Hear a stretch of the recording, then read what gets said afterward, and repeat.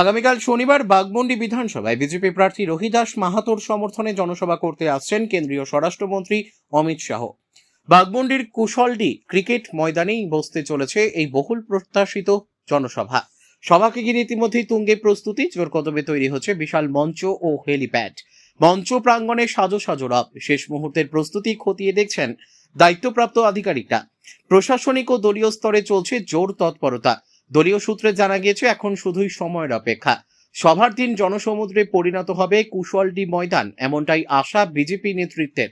BJP প্রার্থী রোহিদাস মাহাতো জানান, কেন্দ্রীয় স্বরাষ্ট্রমন্ত্রীর এই জনসভা ভোটের আগে দলীয় কর্মীদের মধ্যে নতুন উদ্দীপনা যোগাবে। অন্যদিকে বিজেপির ব্লক কনভেনার তথা জেলা পরিষদের সদস্য রাকেশ মাহাতো দাবি করেছেন, নির্ধারিত লক্ষ্যমাত্রা ছাড়িয়ে রেকর্ড সংখ্যক মানুষের সমাগম ঘটবে এই সভায়। পুরুলিয়া থেকে সোমনাথ রায়ের রিপোর্ট, বিগ নিউজ বাংলা।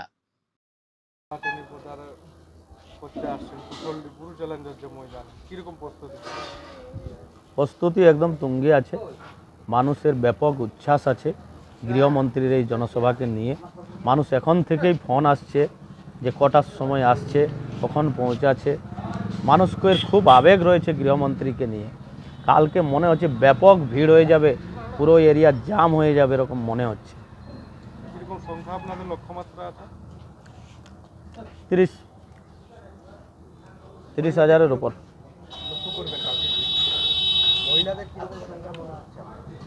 মহিলাও আসবে, মহিলা একদম প্রায় 1,500 প্লাস সংখ্যা মহিলার থাকবে। আপনার সমর্থনে তিনি আসছেন এখানে জনসভা করতে, কেমন লাগছে? এর আগে তো 2021-এর নির্বাচনে তিনি এসেছিলেন, এবারে আপনার সমর্থনে আসছে, কি বলবেন সেই?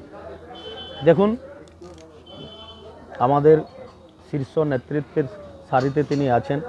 ভারত সরকারের গৃহ মন্ত্রণালয় এবং সহকারিতা মন্ত্রণালয়ের মন্ত্রিত্বে আছেন।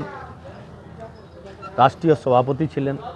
লম্বা সময় ধরে তিনি সংগঠনের অভিজ্ঞতা আছে, যাকে রাজনৈতিক চাণক্য বলা হয়। তিনি আসলে আমাদের কার্যকর্তাদের আরও অক্সিজেন বাড়বে, সাধারণ মানুষের ভরসা হবে। মাননীয় গৃহমন্ত্রী তার মুখ থেকে তিনি যে বিষয় রেখে যাবেন এখানে জনগণের সামনে, মানুষের আরও আস্থা জাগবে। রাতওয়ালাই অমিত শাহের বিরাট জনসভা, কীরকম প্রস্তুতি? কারণ প্রস্তুতি আজকে আমাদের 4-5 দিন থেকে মাঠে চলছে। আমাদের যে ডেকোরেটিংয়ের কাজ সেটা হয়ে গেছে। আমরা মোটামুটি আজকে রাতের মধ্যে আমাদের সমস্ত কাজ কমপ্লিট হবে। হেলিপ্যাডেরও কাজ আমাদের কমপ্লিট হয়ে যাবে মোটামুটি রাত 7টা-8টা পর্যন্ত। প্রায় আমাদের প্রস্তুতি পর্ব শেষের দিকে। কীরকম সংখ্যা থাকছে কালকে জনসভা, লক্ষ্যমাত্রা কী হবে আপনার?